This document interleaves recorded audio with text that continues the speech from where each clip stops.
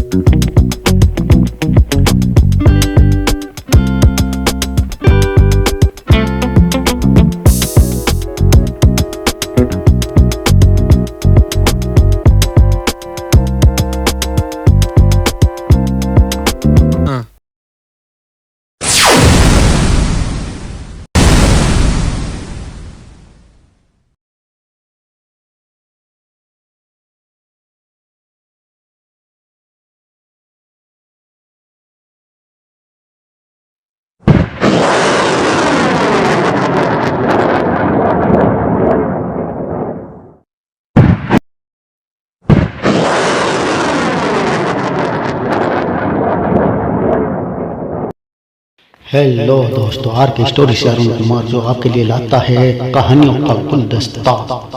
आज फिर मैं लेकर आया हूँ मामा भांजे से एक नई कहानी, जिस कहानी का नाम विचित्र चादर। विचित्र चादर है। देखते हैं ये चादर आम चादरों से कैसे हटके है। आइए सुनते हैं इस कहानी को, चलते हैं कहानी की ओर। बहुत समय पहले की बात है। एक बहुत गरीब आदमी था। उसका नाम गरीबदास था। वह भीख मांगकर अपना गुजारा करता था। दुनिया में उसका और कोई नहीं था। स्वभाव से नेक होने के कारण उसे भीख खूब मिलती थी। आज काफ़ी भिक्षा मिल गई है, चलो अब कई दिन तक मांगने की जरूरत नहीं पड़ेगी।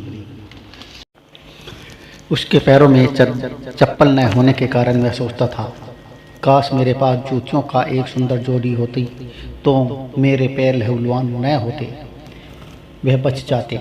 अभी वह ऐसा सोच ही रहा था कि उसके सामने से एक सिद्ध योगी आ निकला। अरे गरीबदास, तुम जूतियाँ चाहते हो ना? लो मेरी ये खड़ौले लो। महाराज, आप मेरे मन की बात जान गए। सचमुच मैं यही सोच रहा था। गरीबदास, यह खड़ाऊ ले लो, सोच विचार मत करो। और आप क्या नंगे पांव रहेंगे? चिंतित क्यों होते हो? मेरे पास खड़ाऊ की एक और जोड़ी है। सन्यासी ने खड़ाऊ की दूसरी जोड़ी पहन ली। गरीबदास ने सन्यासी की खड़ाऊ पहन ली। खड़ाऊ पहनने के बाद सन्यासी ने उसकी उपयोगिता बताई। इन्हें पहनकर तुम जहाँ पहुँचने की इच्छा करोगे, ये तुम्हें उसी ओर ले जाएगी। भले ही तुम रास्ता न जानते हो, रास्ता ये स्वयं खोज लेती है। ठीक रास्ते पर तुम्हारे पैर अपने आप पड़ेंगे। दूसरी करामात इनमें यह है, तुम्हारे पैर थकेंगे नहीं, चाहे तुम 100 मील एक दिन में चलो। तीसरी इनमें यह विशेषता है कि जितने समय में अब तुम कहीं पहुंचना चाहते थे, इन्हें पहनकर उससे आधे समय में पहुंच जाओगे। आपकी दया है जो आपने ऐसी गुणकारी खड़ाऊ मुझे दी। और इसके साथ ही सन्यासी गायब हो गया। वह खड़ाऊ गरीबदास को देकर सन्यासी वहाँ से गायब हो गया। गरीबदास ने चारों ओर दृष्टि दौड़ाई। अरे अभी तो यहीं थे, लगता है चले गए। गरीबदास वह खड़ाऊ पहनकर चल दिए। जिस नगर की ओर वह जा रहे थे, वह नगर वहाँ से 10-12 मील दूर था। गरीबदास अपनी चलने की गति से चकित थे। कमाल है, ऐसा लग रहा है जैसे मैं जमीन पर चल नहीं रहा बल्कि उड़ रहा हूँ। कितने सिद्ध पुरुष थे, खड़ाऊ भी कितनी विचित्र है। हो सकता है कि स्वयं भगवान ही साधु का रूप धारण करके मेरी मदद करने के लिए आए हो। तभी तो एकदम गायब हो गए। काश मैं भी गायब होना जानता, किंतु आनंद मिलता। वह सोच ही रहे थे कि उन्हें अपने सामने एक चादर पड़ी दिखाई दी। अरे ये चादर कैसी पड़ी हुई है। वह चादर की ओर चला। चादर, अच्छा हुआ यह चादर मिल गई। मुझे ओढ़ने के लिए चादर चाहिए भी थी। इन्होंने चादर उठा ली और फिर शरीर पर ओढ़ ली। झाड़ कर अपने शरीर पर ओढ़ ली और तभी एक चमत्कार हुआ। चादर ओढ़ते ही वह अदृश्य हो गए। वह लगता है मैं अदृश्य हो गया हूँ। यह इसी चादर का कमाल लगता है। चिड़िया कितनी बेफिक्र हो कर मेरे पास से निकल गई, इससे मेरे होने का आभास नहीं है। इस खरगोश को भी मेरी उपस्थिति का पता नहीं था। पत्तों की खड़खड़ाने की आवाज़ सुनकर भाग पड़ा। अब गरीबदास को पक्का यकीन था कि वह गायब हो गए हैं। आज का दिन मेरे लिए कितना अच्छा है। पहले जूती चाहिए तो खड़ाऊ मिल गई, फिर अदृश्य होना चाहा तो चादर ओढ़ने में अदृश्य हो गया। वह नगर पहुंच गया। चलो भीख मांगनी प्रारंभ करता हूँ। उन्होंने एक जगह भीख मांगी, तो क्या मुझे कुछ खाने को मिलेगा? कौन कौन हो तुम? वह आदमी भूत भूत कहता हुआ बेहोश हो गया, क्योंकि दुखी राम किसको दिखाई नहीं दे रहा था, सिर्फ उसकी आवाज़ सुनाई दे रही थी। उन्होंने आगे जाकर फिर भीख मांगी तो लोग डर कर भाग खड़े हुए। मुझे फिर डर कर भाग गए। भागो भूत, शहर में कोई भूत आ गया है। गरीबदास परेशान हो गया। अब उन्होंने चादर उतार कर रख ली। अब मैं फिर से प्रकट हो गया हूँ। उन्होंने अपने एक भिखारी मित्र को अपनी चादर और खड़ाऊ के बारे में बताया दिया। इस तरह से मैं चादर ओढ़ गायब हो जाता हूँ। वह मित्र, तुम तो बड़े भाग्यशाली हो। और फिर उनके भिखारी मित्र ने उनको उनकी चादर और खड़ाऊ के बारे में बता दिया। फिर तो पूरे शहर में उनकी चर्चा थी। गरीबदास की तो किस्मत ही खुल गई। वाह, अब तो उसके पोबारे है, जब चाहे चादर ओढ़ कर गायब हो गया।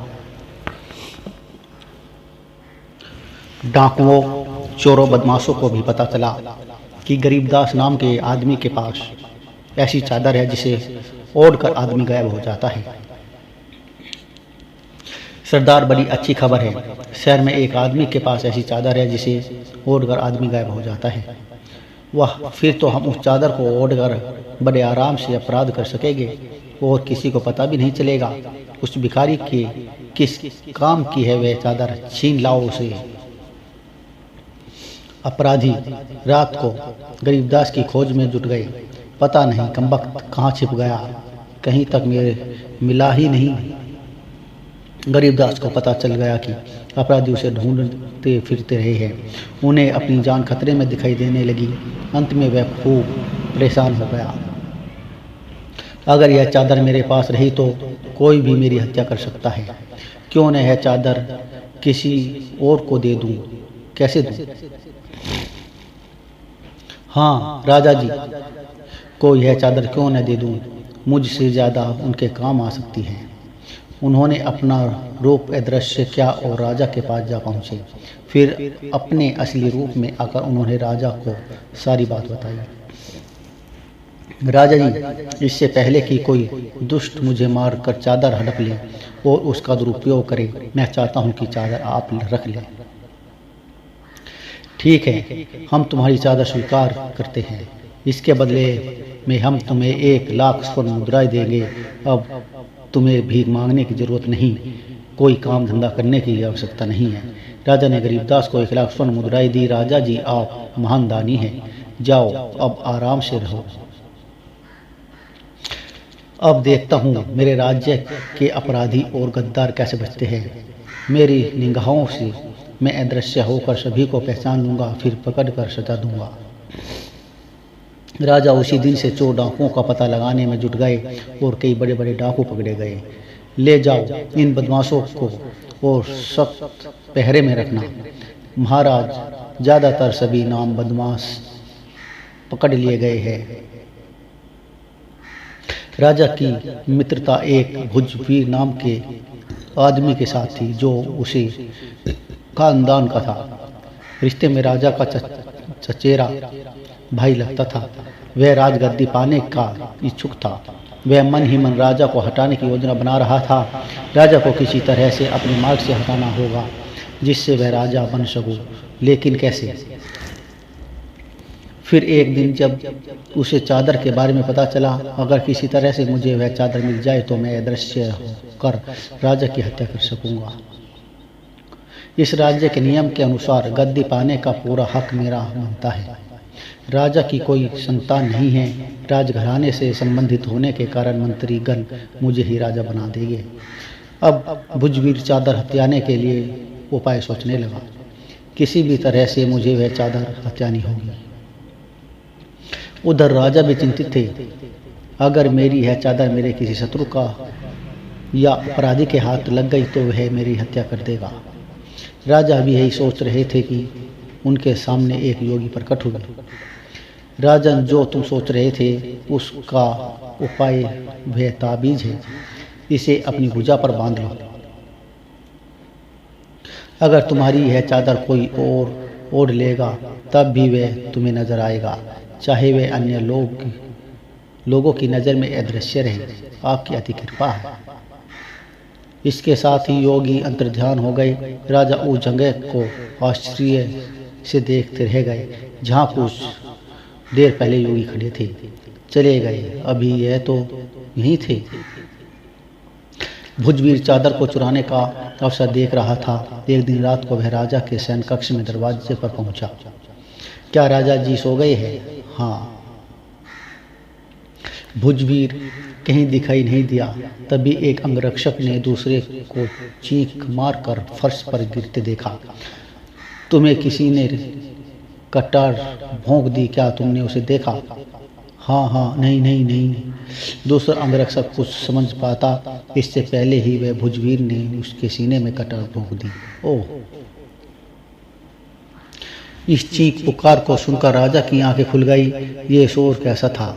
अरे, दोनों अंगरक्षक मरे पड़े हैं।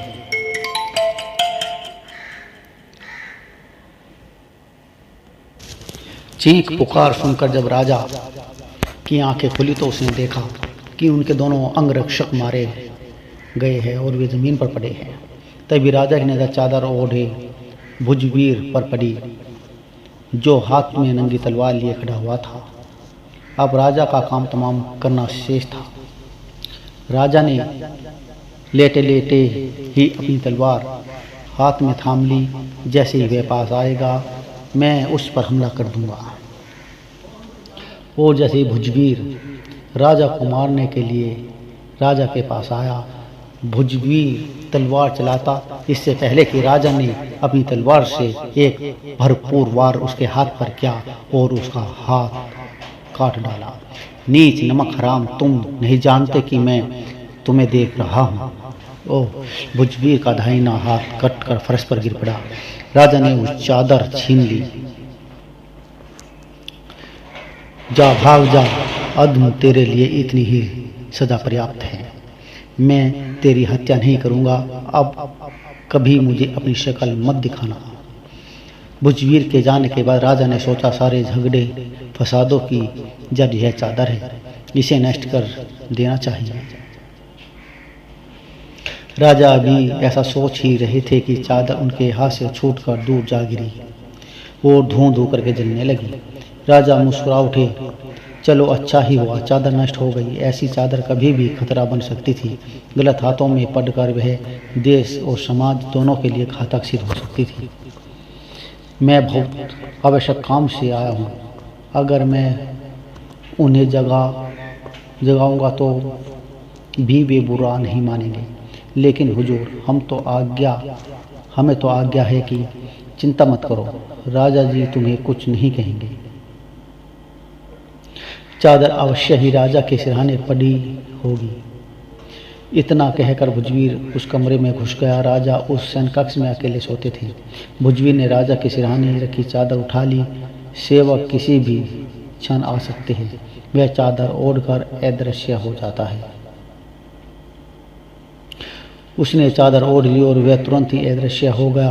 वह, अब मैं अदृश्य हो गया हूँ। दोनों अंगरक्षक भुजवीर की चादर चालाकी से समझ गए। दोनों उसे ढूंढने अंदर भागे। पता नहीं दुष्ट कहाँ छिप जाता है। ढूंढो, बचकर जाएगा कहाँ? बाहर तो निकला ही नहीं है। और वह उसे ढूंढते रहे और वह उन्हें नहीं पाया। दोस्तों, ये कहानी ही समाप्त होती है। तब तक के लिए दीजिए आज्ञा। धन्यवाद। फिर लेकर आऊँगा मैं नई कहानी के साथ और सुनते रहिए आर के स्टोरी से अरुण कुमार को। धन्यवाद।